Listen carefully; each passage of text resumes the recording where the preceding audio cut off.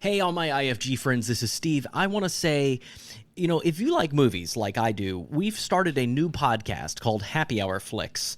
You can find it anywhere podcasts are found. It's all about nostalgic movies that we love, and we bring on special guests each episode, and we also have specialty cocktails made for each one, too. So it really is an hour of a good time talking about movies that we love, like Gremlins, Seven, Free Willy. We talk about The Last Starfighter also. I mean, we kind of run the gamut across all the decades and really have a great time. So wanted to invite you to come over and join us. That's Happy Hour Flix, anywhere podcasts are found. Hey everyone, and welcome back to the Independent Filmmaker's Guide. So a couple of weeks ago, we launched our new podcast, Happy Hour Flix, where we sit down with a special guest and talk about a nostalgic film we love to talk about. So today, we wanted to drop another one of our episodes from that podcast on this feed as another special treat. And as I said before, if this feels like something you would also enjoy, we invite you to be sure and subscribe to Happy Hour Flix as well. Links are in the show notes, and you can always just search HHF wherever you get your podcasts. And of course, another regularly scheduled episode of IFG will also be dropping soon, so be on the lookout for that. In the meantime, pour yourself a beverage, put your feet up, and get ready as Steve brings us in. It's a movie racing to find out who can yell the loudest. Phil Silvers, Buddy Hackett, or Ethel Merman. It's a mad, mad, mad, mad world.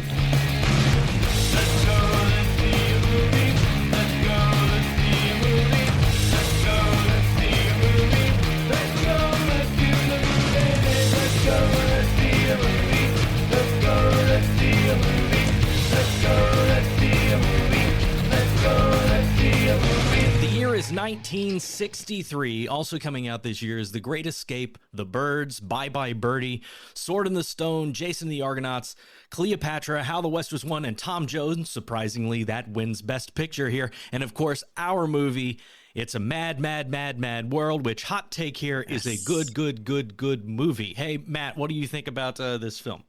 Oh man, I love it so much. It is just fantastic. And I know that reportedly that Stanley wanted to add one more mad to it, and I wish he had, because it definitely deserves it. And of course, with us to discuss it is our man, all things mad, all things Snyder, Mr.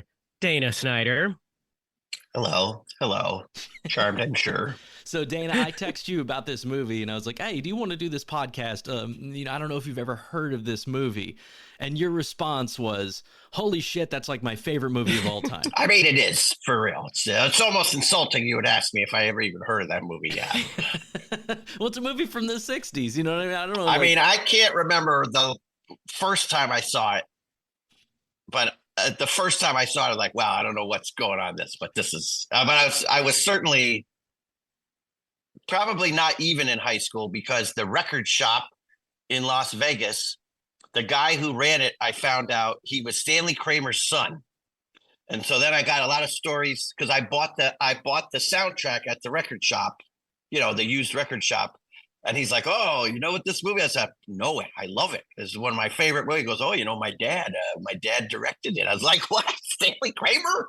Wow. Yeah. That's amazing. So I used to pine him for any information he had. But yeah, Stanley Kramer always said, it was anytime anybody asked him, why are there four mads?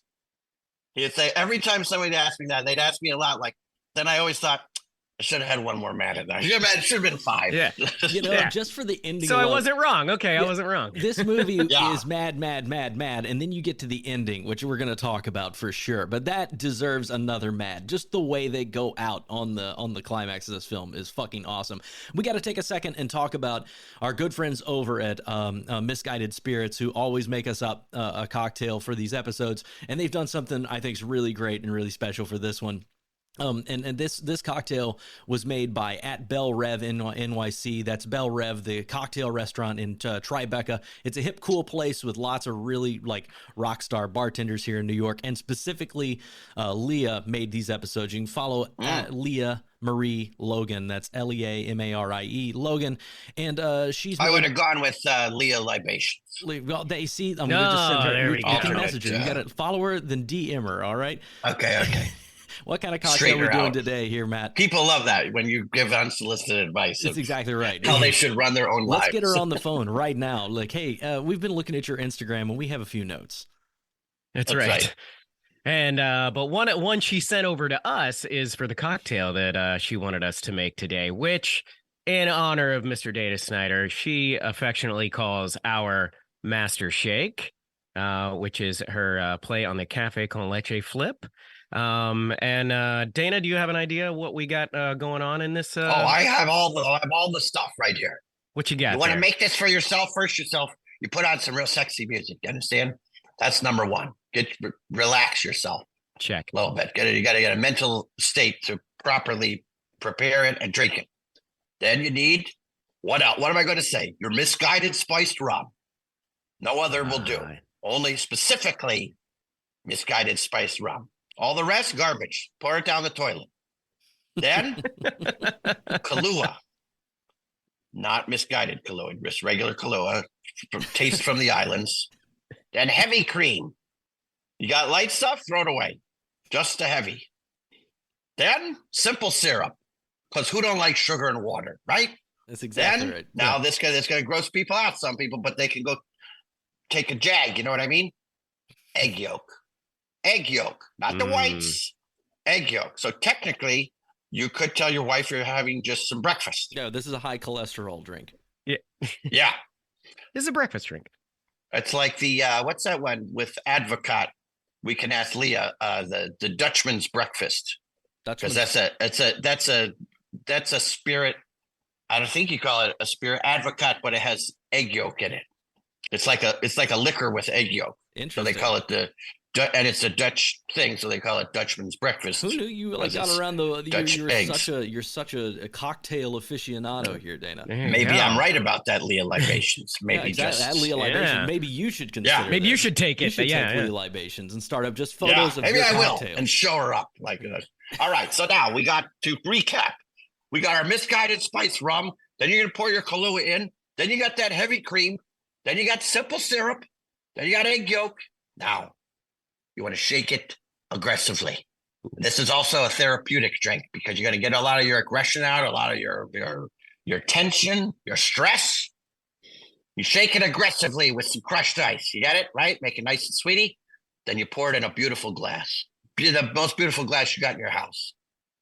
Steven, you don't even have a glass nice enough to pour this thing in. That's how nice of a glass you need. That's for right. this. Leah knows that, and she's setting me up here. She wants me to put it in a styrofoam cup with a pink straw. Yeah. Well, that's true. But a styrofoam, yeah. So you're going to pour it in a styrofoam cup. You can draw some little eyeballs on it. And then you get a pink straw. And then after that, a little sprinkling of some fresh grated nutmeg. Not that crap you got, Matt. Not that pre-grated garbage.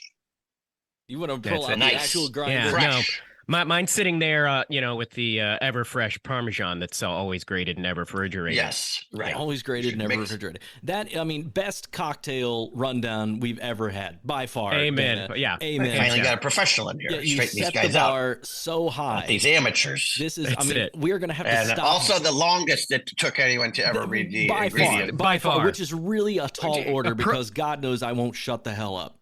Well, it's also appropriate for this episode on a movie that's almost 7 hours long. That's also this movie. I will say this movie I love this movie. I think I first saw this movie when I was in grade school, and man, it is a little long. The section right in the middle where they're stuck in the hardware store, and then you got like Agent Culpepper and the police and like all that. It was like those sections. We could have used a little tightening there. I mean, if Mr. Kramer really wants my notes, I'm going to write them all up and make sure. The big thing about the movie too is. You said it was also the same year that How the West Was Won came out because they were both made for the Cinerama Dome. Yes. Right. They were in that wide format. They were shot that way.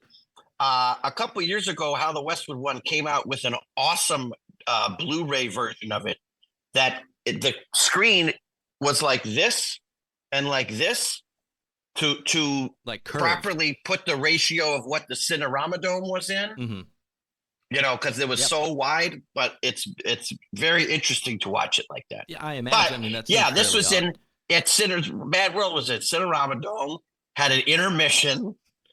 Yeah, Like that with intermission. sometimes they have lyrics for the intermission song. Step into the lobby for whatever is your Yeah, hobby. What is it? A drink, Yes, a joke, or light up a smoke. What is it? That's a mad, mad, mad, mad world.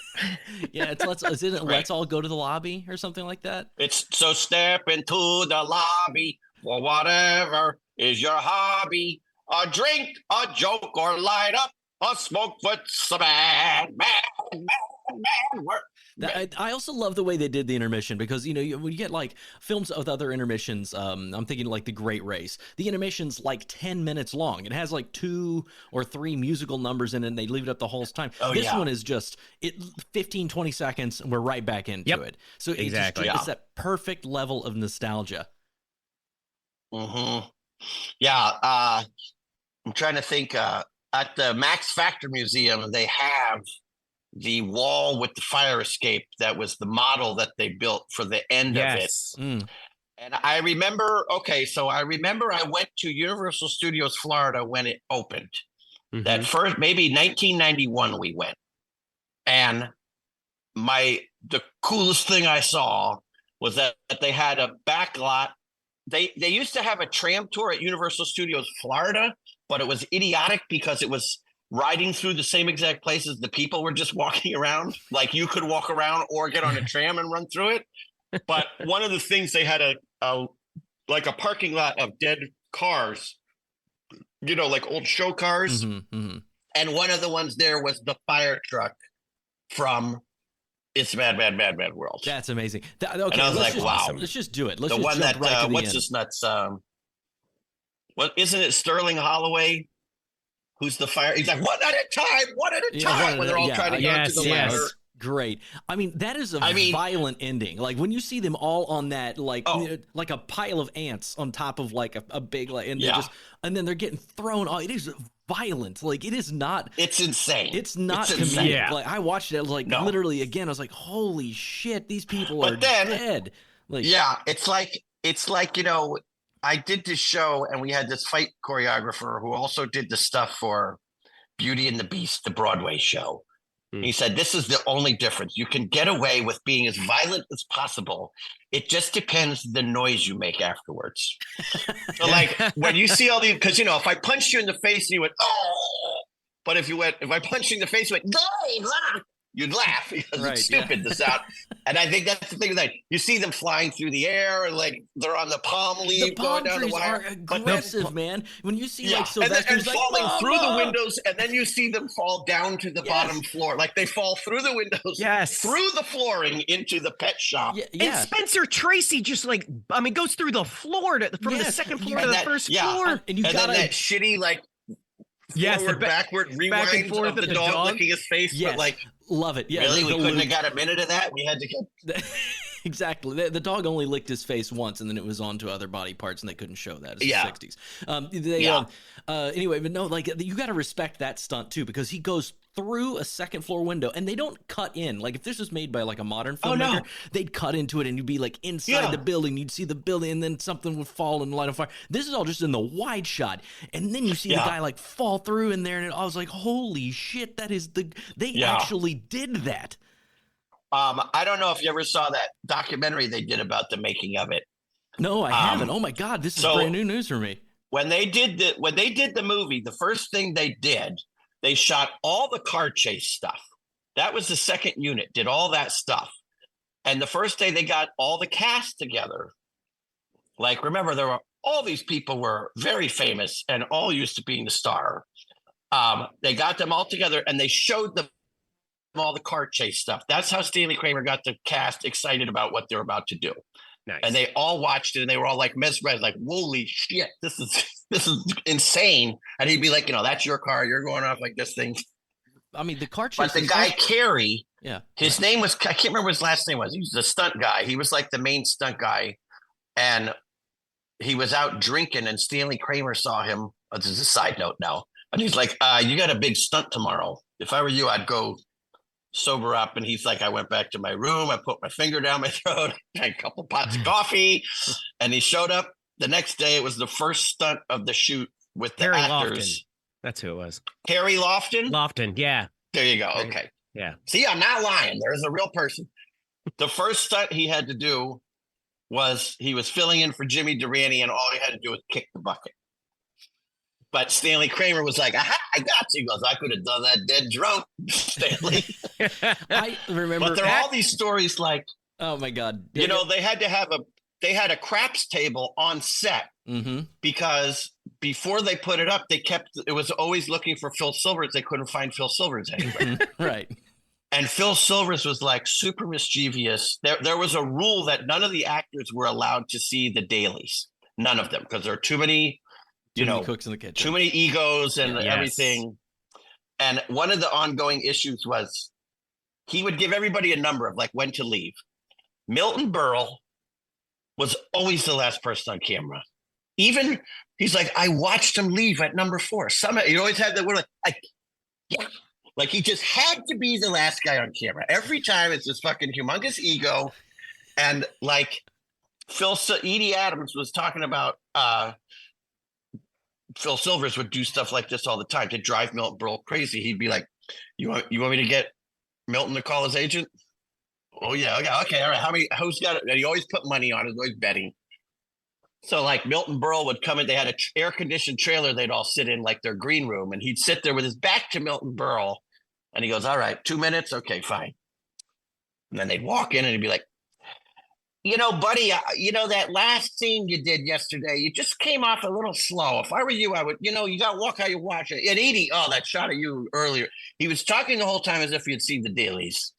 And everyone's just watching Milton Berle like quietly listen and not doing anything. And then finally, 1 minute and 30 seconds later, get up and go outside. Got to go call his agent to how is Phil Silvers seeing the dailies and I'm not.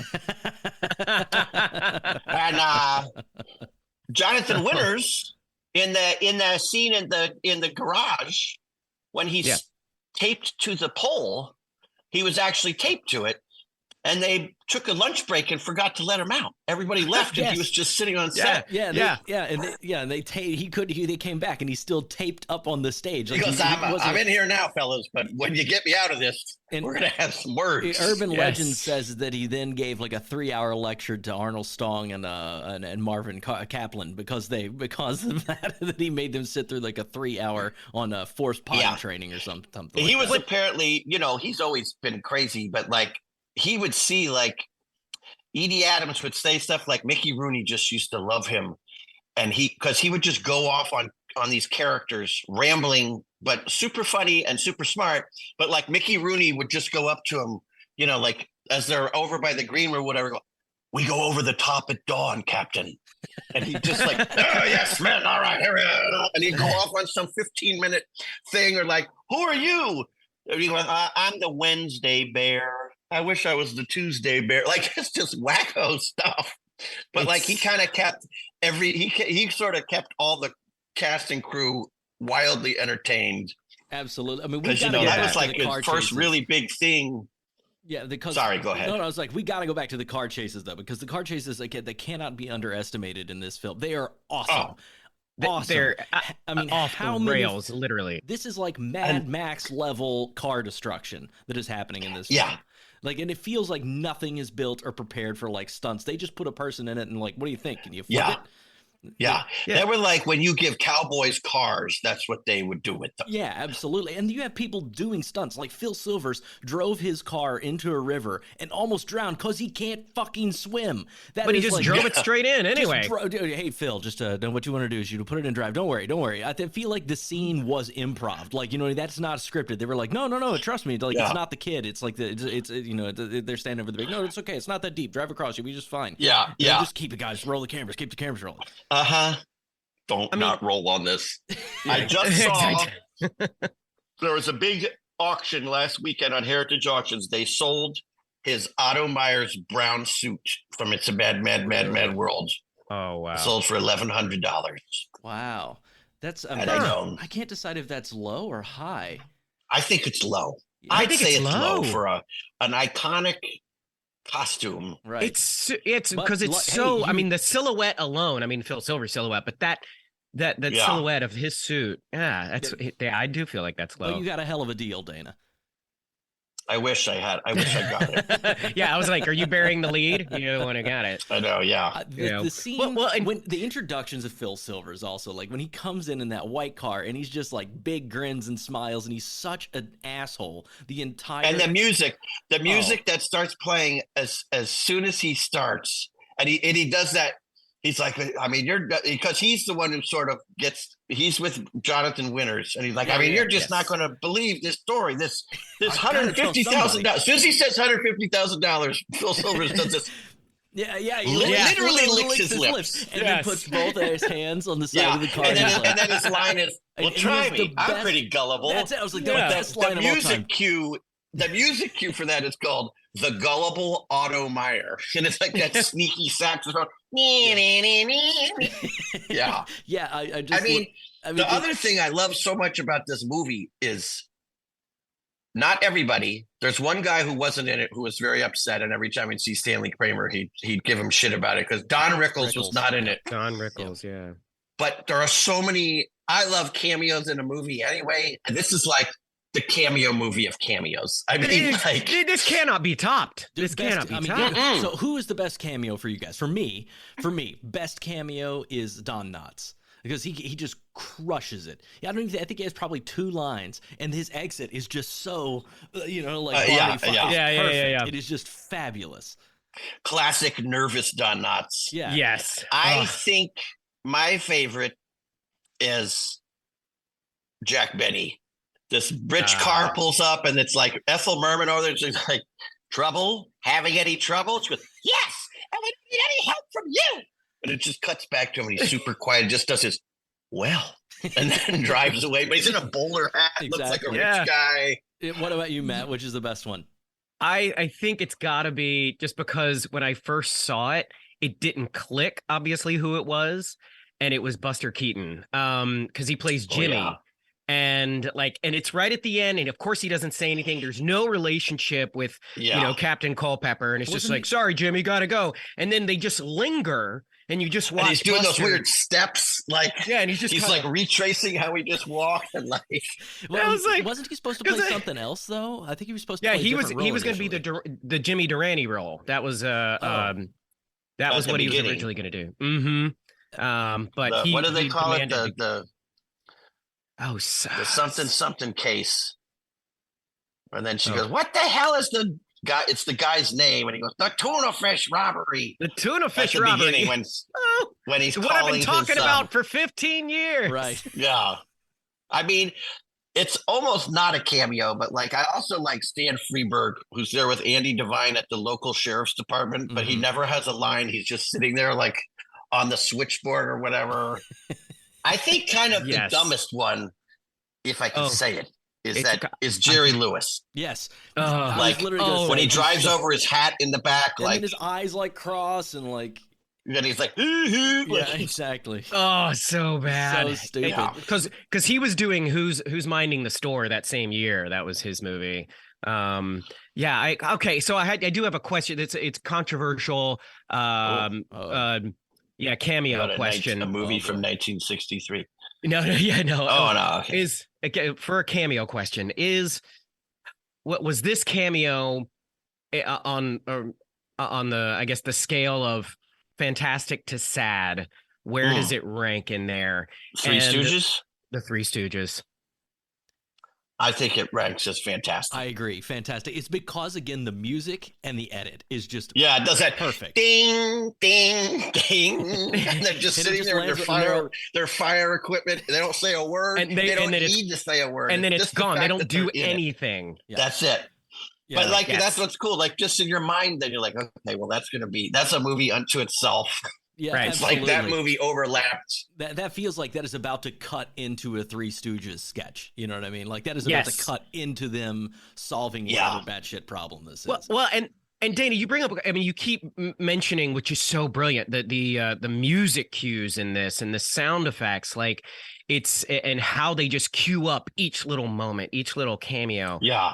It does make me ask, and I'm sure you know, but I have to ask, do you know if this won any Oscars? And if it did, what that may have been? Oh, you know what? I don't concern myself with award shows. I see. Well, I give it my see. award. I know that I don't know the winning, but I know it was nominated for 5, and not any of the ones you'd think. Oh wow! Yeah, not Like music and editing, I would imagine they would have more. Best for that original stuff. score, best sound editing, nominating for best film editing, best cinematography, and best sound editing, best film editing, and best sound mixing. So like cinematography, original score, and then just the technical ones. Not that they're But this is what made me think about it, because everything they set up so well, and it's like even going back to the auto music, and then the Three Stooges. Yeah. Oh, so good. And they won for sound effects. But not for score, for sound effects. But not for score, which I was like, this score is just beautiful. Well, what else did he won something else though? Ernest Gold, right? He was the composer. Yes. Because he said he based the whole score as Stanley Kramer described the movie to him, what he wanted the music to sound like. He said, I want it to sound like a merry-go-round. Which is why it has that sort of that absolutely matches. That's great. And this, and they do that kind of thing in the Saul Bass intro, and then again that thing at the end, like the swaying tower, like it feels like this thing that's always just about to tip over, but somehow is. I mean, that's the thing too. Even in that movie, like the intro for it is awesome. Yeah. Yes. I mean, this is how I was introduced to Saul Bass, and I think personally, for me, my favorite intro he ever did. Like, I think this is the one. Like, if you're going to show one, you're going to put one on, like, film and send it into space. This is the one. And then you put in Spencer Tracy, and then you come in with the hands and, like, immediately deal with the egos. Door, like, it's great. It makes watching opening credits, which sometimes in a movies like that could be quite taxing. Yeah. And then you want the movie to be over and it hasn't even started yet. Yeah. But I guess like that's why Saul Bass was invented, because they needed stuff to be watchable and not just. The way you say that makes me think it's like Shakespeare. Like there are 5 monkeys in a room with like a drawing pad, and that's Saul Bass. Like, there's like a conspiracy theory. We have to go back to the Pike and Otto scene, though, because I think it's one of the most perfect scenes in the film, but one of like genius comedy. Because they set it up. He gets in the car. We talked about the first half of it, but the back half is my favorite part. Like this whole sequence, because he has that bike laying on the road, and he's like, "Hey, you gotta get that thing out of here. Somebody trip over it in the dark. Somebody might trip over that. Yeah. I start laughing there. You start laughing there because that is such a stupid concept, and Pike is just all in, like performs, and he's like, and runs up there, grabs the bike, as soon as he lets it go, he takes off, and his face. Yeah. Pike's face. This is like back in the 60s where mugging is like a thing. You know what I mean? It's like a reaction shot is what is the craziest face you can make without totally tipping out of reality. And it is, he just has this big like broad and it just sinks into this like sadness. Yeah. So I laughed that and whole again, scene. The music in that part totally supports. It totally backs up what he's doing. And then because it gets us like that sad, like, but then it starts at dun, dun, dun, dun, dun, like that kind of like he's getting so enraged and he's jumping on the bike because and he can't it's busted a little bit. It just is the lack of him being able to pedal it. It's just like those small choices, but I remember them from the first time I saw it because it's so perfect. And that camera staying where it is, being patient on the vehicle, waiting for him, and just like let the moment play out, let it breathe, and he jumps on it and gets on, does and he like somehow figures out how to get it. Yeah, and then the camera starts to pull back, and I was like, "Oh my god, this is great!" Just like give patience to Jonathan Winters in this moment, let him have it. And the crazy thing about that movie too, in general, is that it was made by Stanley Kramer. I mean, Stanley Kramer was not a comedic director. I mean, he was always sort of like the man with the message, I mean, Inherit the Wind, Judgment at Nuremberg. Like this movie does not fit in with his normal oeuvre of film, important, impactful messaging stories, like stories with something to say. And the script, apparently, like the script that everybody got, I have a copy of the script, but it's not the original script. Because the original script, everybody got 2 scripts. That's what I read too. They had the dialogue and they had all the action, all the business. Yeah, all the action. So it was like, yes. How the hell would you read that script? That would be so confusing to read a dialogue script and then a side-by-side action script. I mean, that's why I want to find that script. Yeah. I wonder if it was like to read. Yeah. But I mean, like, I wonder if it was like, car chase ensues. And then it says, car chase number 12. And then in this one, you're going to look up car chase number 12. And it says the moving van is in front, but then it's overtaken by the red convertible, which gets blah, blah, blah. They go over a side. And yeah, you're right. I don't know. I would love, was. I mean, it's amazing that I've never seen a script for it. Yeah. Like, because I've been looking for a long time. I ordered the real script, which I still have back in the old days when you had to like send a check in the mail from some place in Hollywood that's probably 5 minutes from my house now, but and I got it in the mail. It was like getting the Bible showing up. It's like, oh my God, this is sort of like some of the Rosetta Stones finally showed up to my house, and I was like, oh my God, and it's all in there, but it's just a copy of who knows what. I don't even know if it was a shooting script, but it's about that thick. I mean, it's thick as a phone book. That's not surprising. Yeah, not surprising. For those of you listening, phone books are what they used to make with everyone's phone numbers in them. Right. It was like what Pike would have used on Otto if he had one. He would have beat him with that. Yes, that was what was inside of Ethel Merman's purse. Right. Yes. That is. That story. Yeah, about hitting Milton Berle, right? Yeah, she had her purse filled with all her junk jewelry. And she hit him on the head. He goes, what the fuck do you have in there? She goes, just all my junk jewelry. She goes, you think you're hitting somebody over the head with this? He said he had a welt for like a week and a half where she hit him. Yeah. What? I mean, it's just, God, you could talk about this movie all day. Well, Ethel Merman is, how many times do they call her an old bag? Like, I mean, they just, especially up top. All the time. And she is like, but she is putting on a fucking clinic. Like, I mean, it is so, she doesn't have a single word out of her mouth, which isn't hilarious just because of the delivery. Like, everything she could be saying, be like, no, my son, we're going back to call my son. But the way she says it, it just is hilarious. Yeah. She meters like, nothing. And she's so broad, but like, it's that one moment when she goes like this, like she literally has this reaction. She goes, Sylvester, like she remembers to call the son, but it's like she goes, I'm sitting here, they're like, like he said, let's see you get the idea, but it's the biggest idea you've ever had in your life. And remember, we're in a theater with 3,000 seats, so we got to be able to see you from the back row. They got to get it in the back row. Yeah. Yeah, and then she hits the Brit, and he like goes off, and it's just, again, the details, those damn wheels are like so wobbly. I was like, how did they even get this car to drive? Yeah, like, dude, that's crazy. And I mean, Terry Thomas is great in it.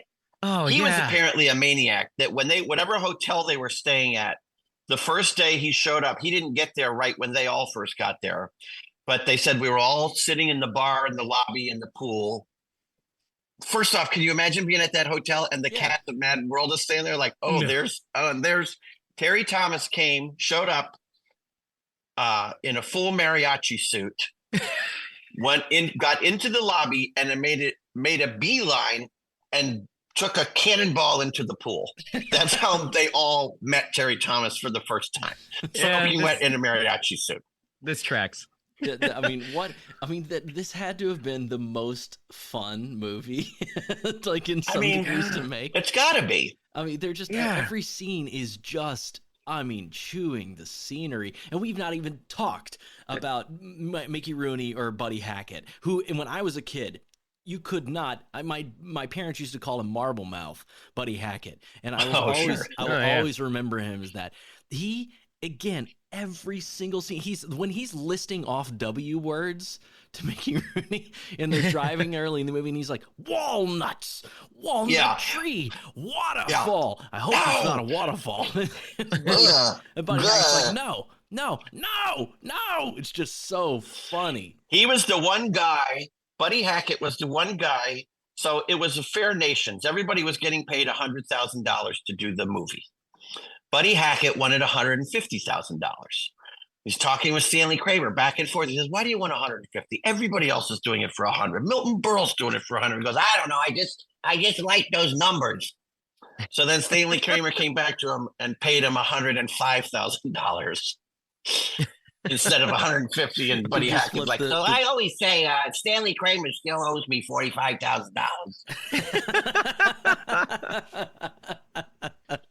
And another story I heard Peter Falk tell So Eddie Rochester Anderson, they played the two taxi cab guys. And Peter Falk, I think he might be the best one in the movie. He is. He's in the world, but somehow the most real. Yes. Because he's Peter Falk. Yeah. He's anything he's in, he does the same job. But he's one of the few guys that can be in a wildly comedic movie and a super serious drama and fit in perfectly in both, because he just did everything real. That is true. But so he told this story that Eddie Anderson was pretty deaf by the time they did the movie, and couldn't hear. So he and Peter Falk. Oh no, it was Buddy Hackett that told this story, because Mickey, Rooney, and Buddy Hackett used to hang out, and they would.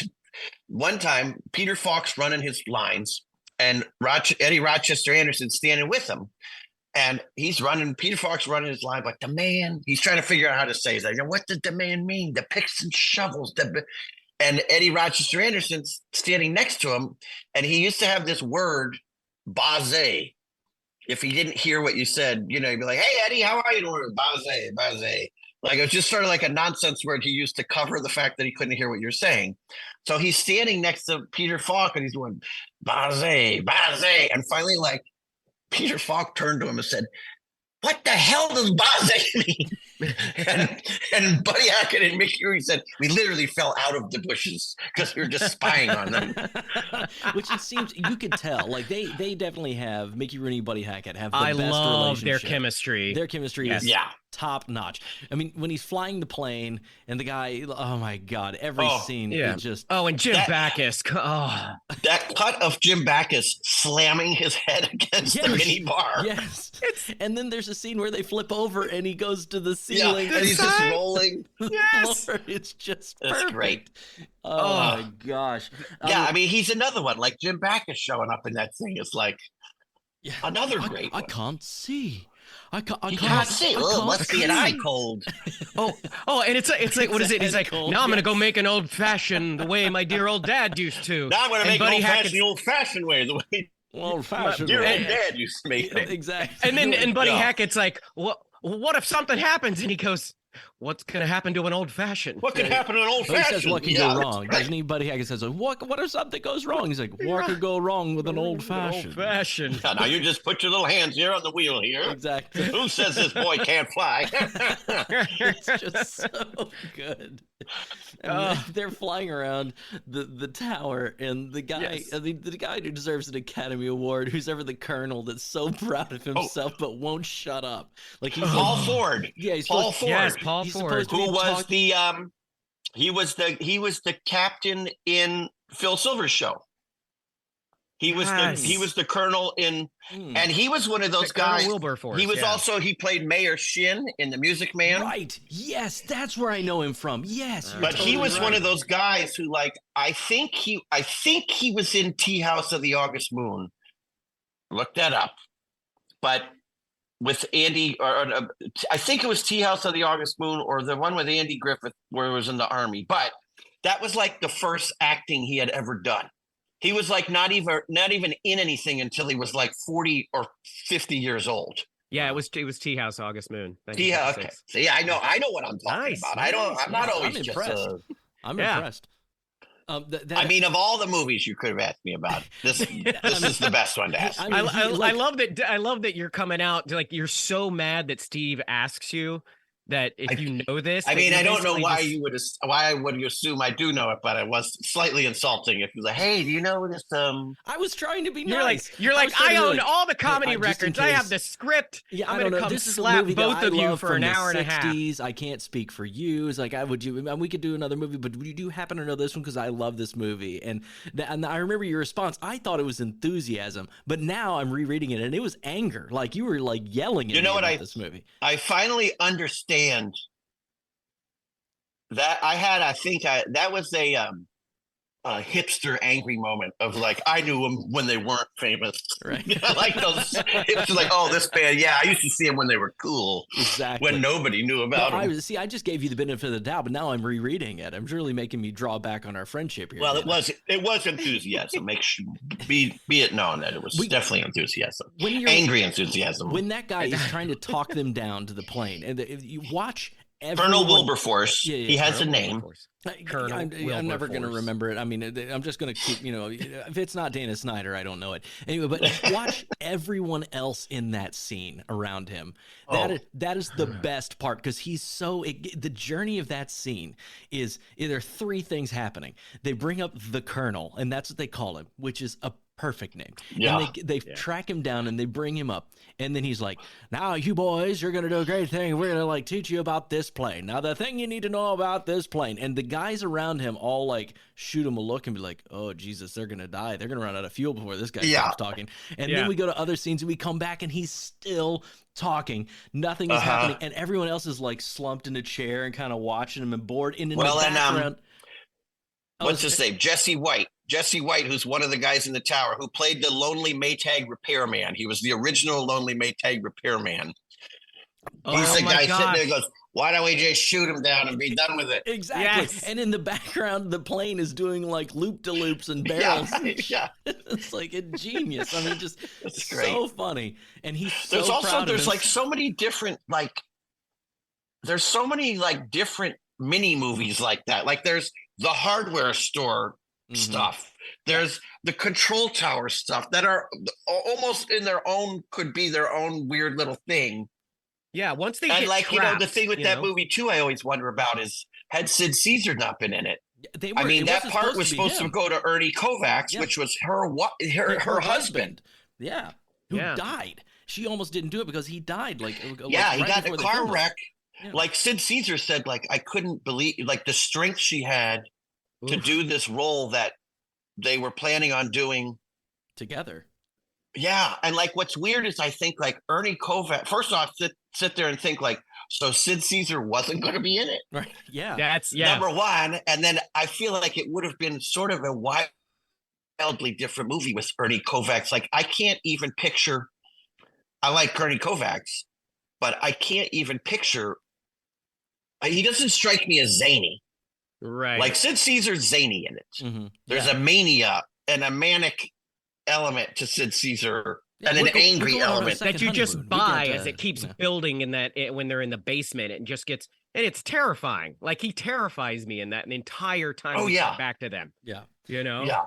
We've got to talk about Sylvester. When she introduces Dick Sylvester, Shawn.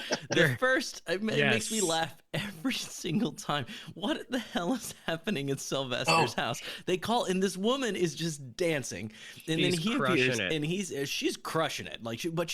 Is she his friend? Is she his girlfriend? Is she a hired person that he's brought over? Because she is just laser focused, crushing this dance, and he's going full on Animal from the Muppets. Oh yeah. I went to see It's a Mad, Mad, Mad, Mad World at the Cinerama Dome a couple years ago, and they had three people speak. Jeff Garlin was the moderator, but they had Mickey Rooney and Marvin Kaplan and the girl who was in the scene with Dick Shawn dancing. No way. And she was a real dancer, and they just told her just go, stand there, just dance, and don't pay attention to anything that's going on around you. What fantastic! She did. The him is already bananas, and the fact that he doesn't hear the phone, and he's like, "You hear bells, baby," and he answers it, and immediately turns it around, and then heads directly towards Ethel Merman. It is just the funniest. Yeah. That first shot of him driving, and then he hits a little dump in the road and catches air, a lot. Yeah, exactly. Oh, Mom, I'm coming. He has the best lines. Ooh, you're really bugging me now, man. Oh, baby. I swear I'm gonna steal that. Dude, yeah, and it really pays off with Pike at the end going, "What are you talking about?" It's just great. Yeah, he has that weird hold on him, his arm out, behind himself, like he's pinning him against. Yes. Are you an Englishman? Like, Yes. Wow, I it's guess so I am. weird. Oh my god. They said too, like when he did that movie, he had gym equipment because he was like well above the curve of like physical fitness and eating well and exercise. So like every day he was exercising, and they all thought it was real weird. Like, well, I guess he's just into like when it was all of it was referred to as bodybuilding. Bodybuilding, yeah. Jack LaLanne kind of bodybuilding. Oh my god, that's yeah, hilarious. and he was just trying to stay fit. That's hilarious. Oh my god. So I have a question for you guys. Well, first off, okay, who's your favorite person in the movie? Like favorite character, I assume, or favorite actor, or your favorite performance? Favorite performance. Mine's either going to be Buddy Hackett or Pike. Like it's got to be one of those two. Probably Pike. I'm probably going to come around to Pike because I just think he's got the funniest stuff. For me. You're kind of stealing mine, but I think it's more, and so I won't take the easy way out and go Pike, but because I saw Jonathan Winters before I saw this movie, and I fell in love with him. So I had a personal connection to him when I first saw the movie, and he was my gateway to Robin Williams, and then that's a whole other thing. But like, Sure. So it's very personal on the Pike, and I think he nails it. I'd say because of what we were discussing earlier with the chemistry, it is Buddy Hackett. Like his back and forth with Mickey, it's just so good, and it's delirious and beautiful, but a close second just because. And if it were maybe, you know what? No, I'm gonna take it back. Buddy Hackett, I love you. You get a lot of respect. It is Peter Falk. Wow. Okay, that was a journey. That was quite a journey. How about you? Sorry, it's like being Matt's thought process. Exactly. Yes. It's like I think I just saw inside Matt's brain for a second. How about you? That's Matt? right. And I apologize to everyone listening. So How about Dana, you, what about Who's yourself? Your favorite? I mean, I have to say Phil Silvers. Yeah, I know. Yeah, well, but you know, the more I watch it, you know, you get. It definitely is I mean, it's Phil Silvers or Peter Falk. I think, no question. Maybe third, I would put Selma Diamond, who is only the voice of Spencer Tracy's wife. Or maybe Ethel Merman. I mean, they're all incredible. Like Ethel Merman, for pound for pound, is probably the funniest in the film. You know what I mean? Like she's the least. You can chalk up the just smiles on my face watching her scream at people. Yeah. I mean, Mickey Rooney is just Mickey Rooney in it. Like he's happens to be in a movie I like. He's not bad in any way, shape, or form, but I feel like he's not doing anything beyond the normal spectrum of Mickey Rooney. That same argument could be made for Phil Silvers. I mean, Phil Silvers is just, they basically used him like, you know, it's like having certain, like if I opened a door and a nervous guy sitting in a hotel room and there's a knock on the door and I answer the door. If a little bunny rabbit is on the other side of the door, you're like, oh, this movie's going to be like this. If Darth Vader's on the other side of the door, it's like, oh shit. That's like what Phil Silvers is. The second the audience in 1963 saw him, it was like, okay, here's the con man. And they didn't have to spend any time setting it up. They just knew the character he always plays in everything. Like, okay, we've established he's the swindler guy. He's gonna fuck everyone over as many times as possible. You know, he has that scene where he goes and he helps the guy out with the wife. That guy. So I don't know his name. Getting the medicine. The guy with the medicine. I'm 90% sure that is a guy that I saw in a movie that's another like 99-cent Disney bin movie. I think it was called Bullwhip Griffin, where the guy plays the mountain ox. Oh. Yeah, and he plays... Yeah, no, like, he's in tons of movies, always playing the tough guy. Yeah, always a tough guy. He's always... What's his name? Mike Mazurki. Yeah, he's in Bullwhip Griffin. Can you see that there, Matt? Is he in a movie called Bullwhip Griffin? That's the what's his name? The guy who used to take all the celebrity photography, Roddy McDowell, where he was an English butler in the Wild West. Yes. Bullwhip Griffin. Yes. And it's funny. Which, by the way, is on Disney Plus. Oh no! Wait, so I want to do that movie. Like I'm gonna find somebody that knows and likes that movie, and we're gonna do it. For sure. I watched it not too long ago. I started watching on Disney Plus, like not the Star Wars, all that shit. Like I was like, I want to find every one of those like 60s, 70s live action, like overly saturated, like Bullwhip Griffin. 100%. There's another one called the Apple Dumpling Gang is there's another one with Oh yeah, Apple Dumpling Gang. Well, Apple there's your Dumpling Don Gang. Knotts right there. Hot Lead and Cold Feet. Yes. There's one with James Garner where he is a cowboy, but he goes to Hawaii, and it's telling the story of how they started cattle rustling in Hawaii. It's based on a real story, but he plays, and it's called like I can't remember what it's called. It's like the Hawaiian Cowboy or the kahlua Cowboy, or there's another, but it's also on there. There's But another one I guarantee that they abused animals in it, because how they would get them, how they got them, I guess, in real life was they would make the cattle swim to like a raft, and then pilot the raft out to the ship, where then they would put ropes around them and put them on the ship. Oh my God, that's crazy. But like they're just shooting them, like whipping these cows, get them to go in the water, like for the movie. I mean, like. Geez. Oh Jesus! So it's a little. We may not be able to do but that. Most of it is just. There's another Milton Berle. I'm pretty sure it's a Milton Berle movie called "Who's Minding the Mint" that I think he's in. I'm 90% certain he's in this movie. It's another '60s movie that I love. Oh, we I've watched made that. Mundy watch this one. Yes, it's a nostalgic movie for me, and I love it. But I've never found anyone on the planet besides me that's ever seen this movie, and I think it's a really good one. I think it's great. It's hard. I find it very hard to find movies accessible or available that are Milton Berle movies. Yes. Like, I don't know if you just said he didn't make a lot. I mean, I know there's like some from like the 30s or 40s where he was really young, but like sort of his post television career, like that same era, like the 60s. But I've never heard of. He's in it. I was like, I got to make sure I'm correct with this. He's in it with Bob Denver, and it's 1967. Yeah. Okay. Yeah, you got to check that movie out. There were a bunch of interesting movies around that time. Like, what's that one? Like, The Love God. Remember that one with Robert Moore? Gosh, yes. Where he's like a love guru, something. And it's again one of those with lots of cameos and an all-star cast. Also, like so here's another question, because I think we should talk about other movies that clearly have the influence of Mad World. Sure. Both in its trying to have a cast of thousands, like Skidoo. I don't know if you've ever seen Skidoo. No, I haven't seen it. Watch it immediately. Groucho Marx plays God. Wow. It's the movie that Jackie Gleason. So it's Carol Channing, Jackie Gleason, Groucho Marx. So all the people that weren't in Mad World. Yes, Otto Preminger directed it, and what it was the Hollywood studio system's last gasp at trying to connect with young people. Harry Nilsson did all the music for it, all the songs.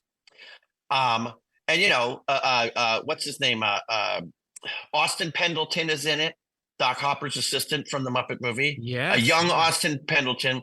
But it was like, so it's supposed to be like groovy and funky, but it's like with all these old saggy comedians. But it is the movie. Yes. It is the movie that you get to see Jackie Gleason trip on acid. He takes a tablet of acid, and like basically all he is doing is this. Like it's crazy. And then like, but they try and show on screen what an acid trip was like. This is great. It is worth it for that alone. Right? I'm definitely gonna check that out. So for all our listeners, it's SKIDOO 1968. It is. We're gonna have to check. Run, Don't Walk. I'm gonna watch it, and we'll see. Dana, we're gonna have to find. We'll see if and we then can get back on, or we get to somebody else, and we'll just have to call you if we do Skidoo, so that you can we can do. Please, Joe. Base on oh my! For God's sake, please, Joe. Get Skidoo in here. Oh my God! I mean, it is crazy, and I think a couple years ago. The thing is, there's crazy moments, but ultimately, it's kind of boring. It's one of those, it's one of those, you see clips from certain things and it always looked like, oh my God, this is amazing. Like on the plane here yesterday, I was watching, I had never seen it before. I was watching the Barclays of Broadway. a Fred Astaire, Ginger Rogers movie, right? Mhm. Classic height of MGMness.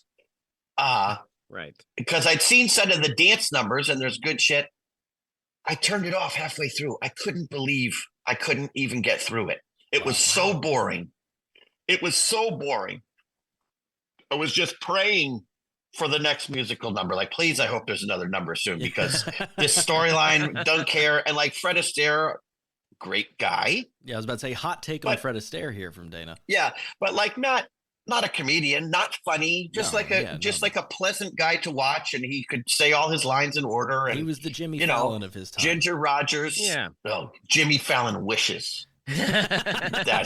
Well, it was that's an insult time. to Fred Astaire. Yeah. Yeah. It was a better time for Fred Astaire. All right, so we're gonna wrap this up here. Last call for things on It's a Mad World we haven't touched on because God, we didn't even get into any of the good stuff. Well, yeah, we didn't. Yes. Like, I mean, so much of this movie. The one thing I want to talk about is the other movies that remind me, like that sort of that short list of, if you like this movie, here's other movies we think. Yeah. Find out more at your local library. The thing I want to tag onto that is the thing that makes me sad is most people saw the attempt at a remake in this in Rat Race, and it just doesn't work. It is not. No. It's not the same movie. I mean, there are entertaining elements to it, but it is not this. This is an iconic film. Yeah, I mean, there's Rat Race. There's Midnight Madness, starring Eddie Deason, which was a similar kind of like, I can't remember what the MacGuffin is that gets them all moving, but it's this thing of greed doesn't pay, and it's like 4 teams. There's like a yellow team and a green team and a red team. That one I think came out. Well, that one came out I think like late 70s. I think it's called Midnight Madness. But in a weird way, I also find, I think in similar of like that sort of stunt casting is the wrong word, but like I feel great fondness, and for some reason I get the same feeling watching the movie Clue. Sure, yeah. When I watch sure. Mad World, and by the same token, it's another Murder by Death. I've never seen that. Murder by Death. I'm just making a list here, man. You got my movie nights for like the Murder by Death. Okay, so very quickly, Murder by Death does have at least one person in it who's in the other one. Murder by Death is this mad genius brings the world's greatest mystery novelist to his house for the weekend. Now, this was pre-Clue. This movie came out well before Clue. The butler, Benson Mum, is played by Alec Guinness. Oh, great. The maid is played by Nancy Walker. And the whole thing was written by Neil Simon. But the butler's blind and the maid is deaf. So they cannot communicate with each other at all. Very Neil Simon. And then like the players are, first off, the mad genius is played by Truman Capote. He plays the genius who brought them all there. And then there is David Niven and Maggie Smith play like a Nick and Nora Charles, super sophisticated. Peter Falk and Eileen Brennan play like his hard-boiled detective character. And his mall, they're sort of like 50s noir. Peter Sellers plays like Charlie Chan. James Coco, and what's his assistant? What's that guy's name? The guy from Babe. Yes, James Cromwell. Yeah, James Coco plays like a Poirot.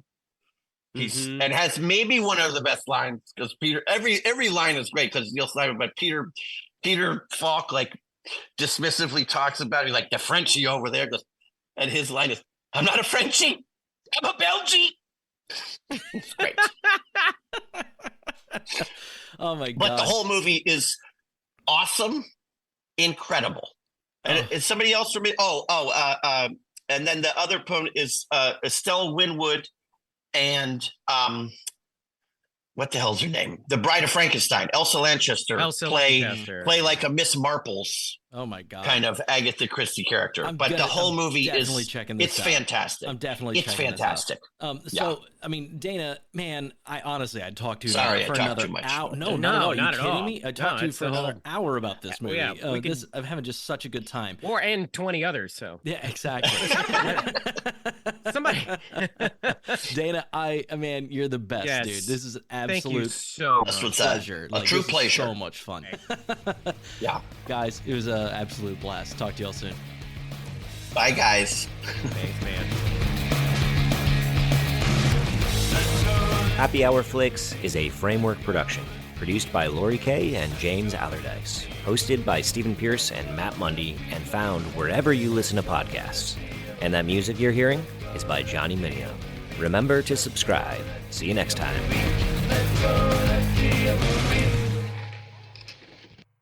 Hey friends, we just wanted to take a quick moment to talk about two personal things. First, we wanted to thank you, our listening community, and our wonderful guests, learning so much together along the way and continuing to learn, sharing our stories, making a lot of new friends, and collaborating, which is exactly what this is all about. Which also brings me to my second point. In great part to many of these new relationships, we wanted to let you know that we've taken a lot of this advice ourselves and made our own narrative feature film, Herd, H-E-R-D, Herd, which is premiering this October on Friday the 13th in select theaters as well as on VOD. Personally, I think it's the perfect kind of scary movie to watch during our favorite scary season. So we'd love for you to celebrate with us and watch Herd. You can pre-order it on Apple TV, and of course, do the communal thing, see it in theaters. Of course, for all of this, please see our show notes, but basically, we're going to keep it all updated at herd.film. That's HERD.FILM, herd.film as well. Thank you again, and be sure to give us a rating and a review over on Apple Podcasts so we can continue to build this community and collaborate. IFG, how movies get made.